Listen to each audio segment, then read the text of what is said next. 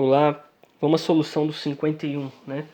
Então, o problema 51, ele diz que você tem uma partícula que é lançada no plano normal ou perpendicular em relação ao plano em que está contido o campo magnético, né? No desenho eu fiz da seguinte forma, eu coloquei essa partícula entrando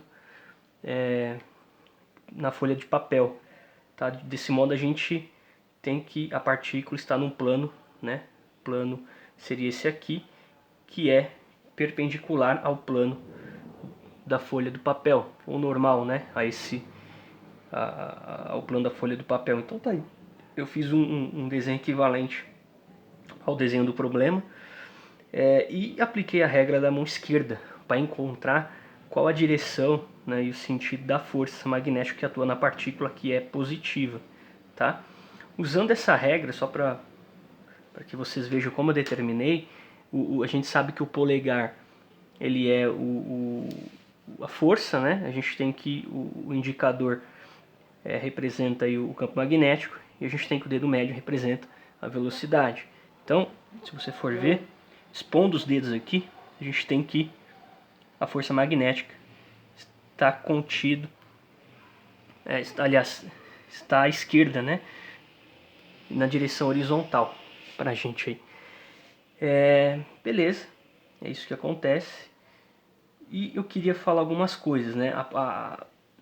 Você tem ali algumas alternativas, mas essa força permite a gente determinar que a trajetória da partícula vai ser de um arco de circunferência, né?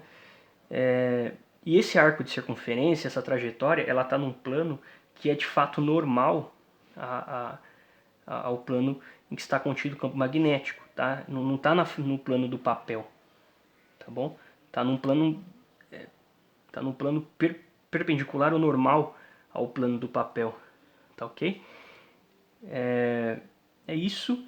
E lembrando que a função da força magnética é alterar a direção da velocidade, tá? Isso é importante, né? Então assim, essa força magnética ela atua como uma componente centrípeta da força resultante, né? E qual é a função da componente centrípeta da força resultante? É justamente variar a direção do móvel, né, na circunferência, para que esse móvel, para que essa partícula descreva esta circunferência. Tá? Então você varia sim a velocidade, mas você varia a velocidade vetorial, né? No caso, porque você varia a direção. Né? Então a função da aceleração centrípeta, quando você tem, né, uma componente centrípeta da força resultante, é variar a direção do móvel ao longo, né, do arco de circunferência. Tá ok?